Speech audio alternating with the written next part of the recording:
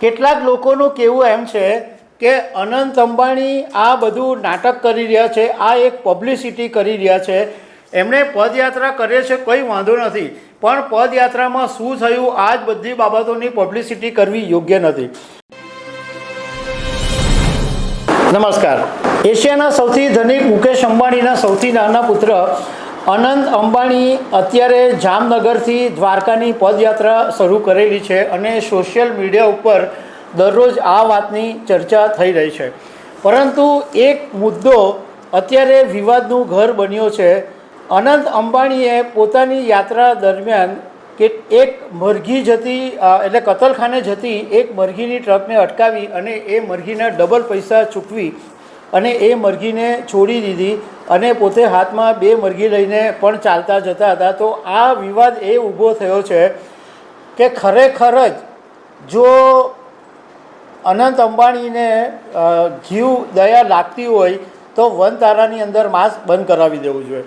તો આના વિશે તમારી સાથે વાત કરીશ. મારું નામ રાજેશ શાહ છે અને તમે જોઈ રહ્યા છો ગુજરાતના સૌથી મોટા ડિજિટલ ન્યૂઝ પ્લેટફોર્મ ખબર છે.com. અનંત અંબાણીની 10 એપ્રિલે વર્ષગાંઠ છે અને આ વખતે અનંત અંબાણીએ એવું નક્કી કર્યું કે મારી 10 એપ્રિલ 2025ના દિવસે જ્યારે વર્ષગાંઠ આવે એ દિવસે જગત મંદિર દ્વારકા જઈ અને ભગવાનને પગે લાગું, પરંતુ હું એના માટે જામનગરથી પદયાત્રા કરીશ.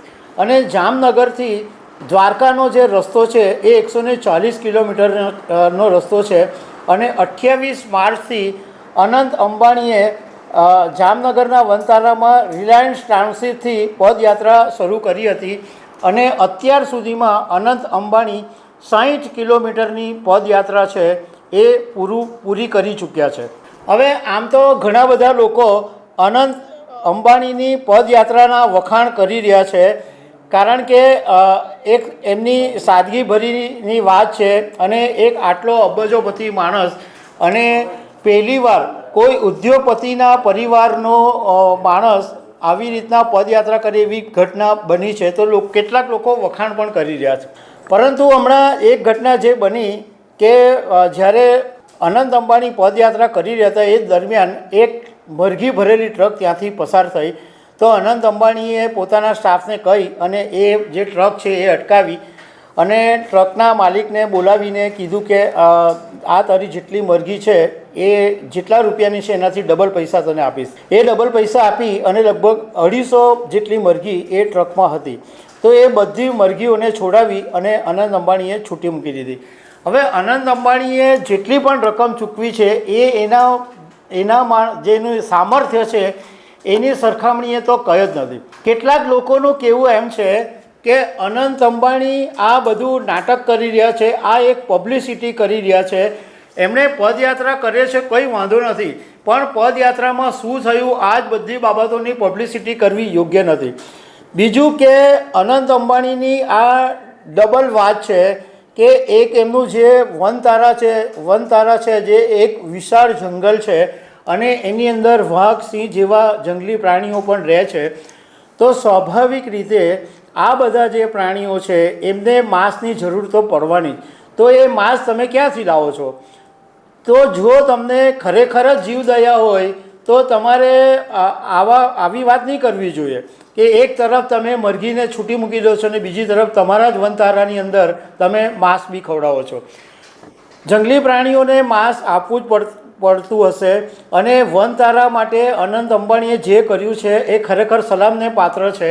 પરંતુ લોકોનું કહેવું એમ છે કે આવી ડબલ વાત કરવાનો મતલબ નથી. એક તરફ તમે માંસ ખવડાવો છો અને બીજી તરફ મરઘીઓને છોડી દો છો. 28 માર્ચથી એમની જે શરૂ થયેલી પદયાત્રા છે એ અનંત અંબાણીએ એવું નક્કી કર્યું છે કે દરરોજ 10 કિલોમીટર ચાલે.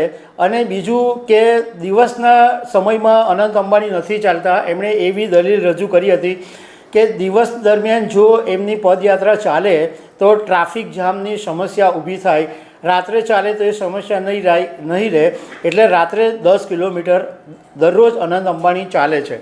અને એક એવી વ્યવસ્થા ગોઠવવામાં આવેલી છે કે અનંત અંબાણી રિલાયન્સ ટાઉનશીપથી 10 કિલોમીટર ચાલે એ પછી 10 કિલોમીટરથી પાછા એમને કારમાં રિલાયન્સ ટાઉનશીપ લાવવામાં આવે અને પાછા બીજા દિવસે જ્યાં એમણે 10 કિલોમીટરની યાત્રા પૂરી કરી હોય ત્યાંથી ફરીથી અનંત અંબાણી 10 કિલોમીટર ચાલે, ફરીથી એમને રિલાયન્સ ટાઉનશીપ કારમાં પાછા લાવવામાં આવે, પાછું ફરીથી એ જ સિસ્ટમ ચાલે કે જ્યાં બીજે દિવસે એમની 10 કિલોમીટરની યાત્રા પૂરી થયો એનાથી આગળ 10 કિલોમીટર અનંત અંબાણી પદયાત્રા કરે, એવી રીતના આખી સિસ્ટમ ગોઠવાયેલી છે.